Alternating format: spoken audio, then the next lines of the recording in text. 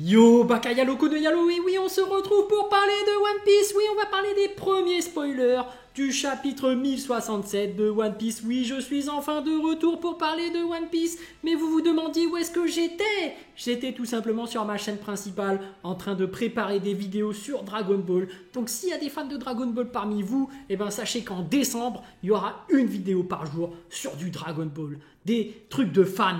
Oui, il y aura Dragon Ball Succession, Dragon Ball Broken Horizon et Dragon Ball New Hope en exclusivité sur ma chaîne. Donc n'hésitez pas à vous abonner sur Je Fonce, la chaîne principale. Mais là, je sais que vous en foutez, donc ne vous abonnez pas si vous vous en foutez. N'allez pas voir. Parce que là, on va parler de One Piece. Si vous êtes uniquement One Piece, eh ben on va être ici, on va regarder One Piece, ces fameux spoilers qui viennent de tomber. Maintenant, on va resuivre l'actualité de One Piece, c'est tout simplement.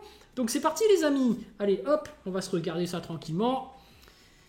Donc, spoiler, chapitre 1067 de One Piece. Donc, le titre, ce sera Punk Records. Ok, donc c'est les records de Punk. Donc, toi-même, tu sais, les punks, c'est ceux qui ont les cheveux, là, certaines coupes comme les punks, là. Donc là, ils vont atteindre un certain record par rapport à leur chevelure. Donc, au moins, eux peuvent se permettre des choses avec leurs cheveux. Mais on sait très bien qu'il y en a d'autres qui n'ont pas de cheveux, donc ils ont plus de mal à pouvoir faire ça. D'ailleurs, c'est pour ça que j'ai une casquette. Hein. Je cache en fait le fait que je sois chauve, mais voilà. Couverture, donc, il y aura César et Judge qui se battent.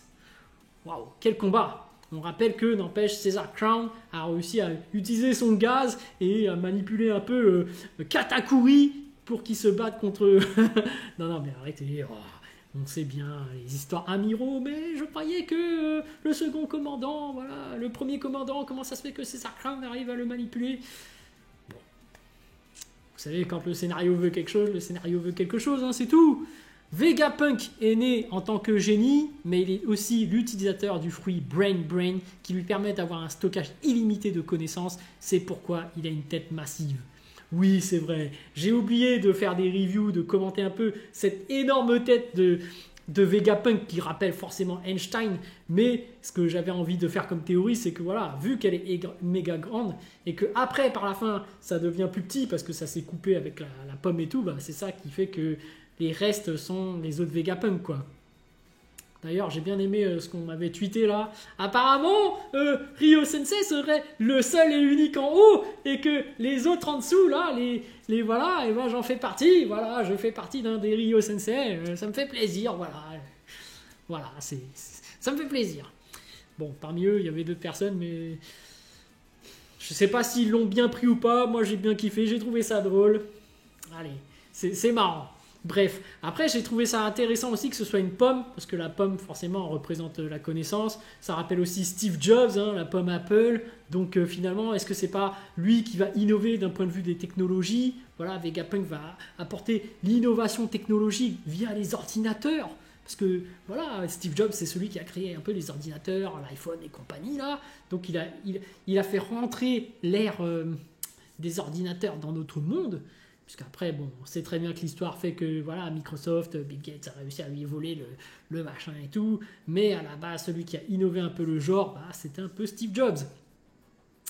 Donc voilà, par rapport à la pomme, mais aussi il y a ce côté aussi, cette grande tête que je trouvais incroyable de Vegapunk, rappelait aussi dans les petites images de première page, là, souvent des couvertures, il y avait ce côté où ils étaient sur d'autres planètes, là, sur la Lune.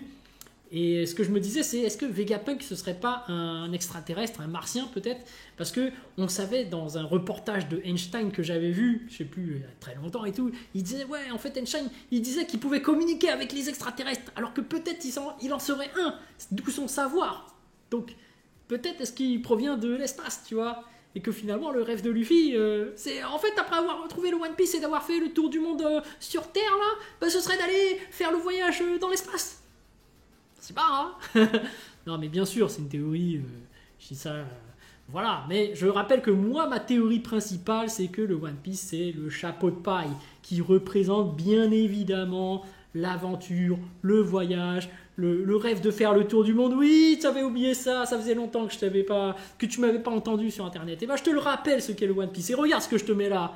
Le second de Shanks, c'était Mihawk. Oui, c'est une théorie. Oui. Oui, je te le rappelle, parce que tu vas me dire, non, mais t'avais jamais dit. C'était.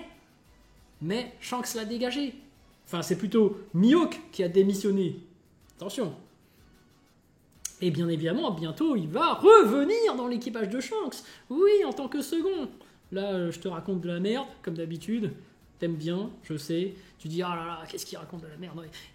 Mais ça, on est obligé d'attendre la fin, tu vois. Moi, à la fin de One Piece, c'est bon, je ferai plus de vidéos, je referai une disparition, tu vois. Dès qu'il n'y aura pas ce que je veux. Non, je déconne, je serai là.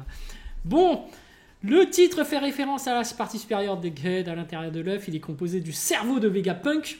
Ok, donc une représentation d'un œuf. Voilà, l'œuf qui symboliserait la connaissance. Ou le poussin qui va peut-être sortir de l'œuf, je sais pas. Petite métaphore. Eggman aussi qui fait un peu référence à Dr Robotnik. Dr Robotnik, Eggman en anglais, dans Sonic, qui est quand même un savant fou, un savant super intelligent, voilà, ok. Le robot antique a été créé au siècle oublié et il y a 200 ans, il a attaqué le gouvernement mondial. Ok, un énorme robot d'une technologie ancienne. Donc on sait qu'il y avait un conflit par rapport au gouvernement mondial, on sait qu'ils cherchent les emmerdes, ils avaient des plans en tête. Est-ce qu'il n'y avait pas une sorte de tentative d'extinction de civilisation, de guerre technologique et de s'approprier l'exclusivité d'une technologie et de décimer les autres pour être les seuls bénéficiaires? Voilà, hein. Le CP0 arrive sur Egghead, il dit qu'il est ici pour ramener Seraphim Kuma, mais l'accès lui a été refusé. CP0, bon, ils sont là, ils vont peut-être faire quelque chose, mais en réalité, le plus fort des CP0, c'est qui? C'est Rob Lucci. Le mec se fait rouler par Luffy, je suis désolé. Un petit Haki des rois d'un Yonko, normalement, il tombe maintenant, hein, c'est terminé ça. Rob Lucci, CP0, pour moi, c'est de l'histoire ancienne.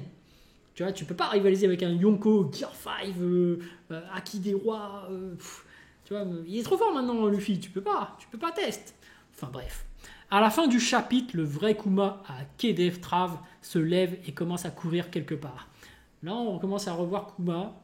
Ok, mais c'est dommage qu'on n'ait pas plus d'informations à propos de Dragon, hein, parce que sur le dernier chapitre qu'on avait vu, il y avait Dragon, qui connaissait très bien Vegapunk. On aurait bien voulu le revoir en action, mais je pense qu'on le verra, effectivement. En tout cas, ça se dévoile. Donc, pause la semaine prochaine. Déjà, je reviens quand il y a la pause, c'est n'importe quoi. Mais j'aurai le droit à un chapitre. Mais qu'est-ce qu'on peut voir, c'est que cette source, je l'ai trouvée sur Twitter. Donc, vous pouvez aller directement sur @opspoiler. Comme ça, vous aurez les spoils directement. Donc voilà les amis, petit spoil par rapport au prochain chapitre qui arrive, le 1067 de One Piece, qui est intéressant.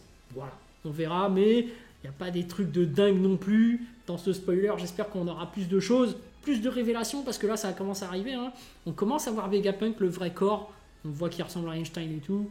Voilà, t'as quand même des petites révélations. Tu vois Dragon aussi, t'en apprends plus un peu sur le passé sans vraiment en apprendre plus. Et surtout, dans le chapitre précédent, on avait un peu ce côté Nico Robin. Oui, j'ai envie de l'appeler Nico Robin. Voilà, qui avait en fait toute cette histoire du passé par rapport à Orarat. Orarat, yeah. Toi-même, tu sais que c'est l'ennemi juré de... non, je ne cite pas de nom, voilà. Mais Orarat. Mais tu vois qu'en fait, ils ont réussi à sauver les bouquins.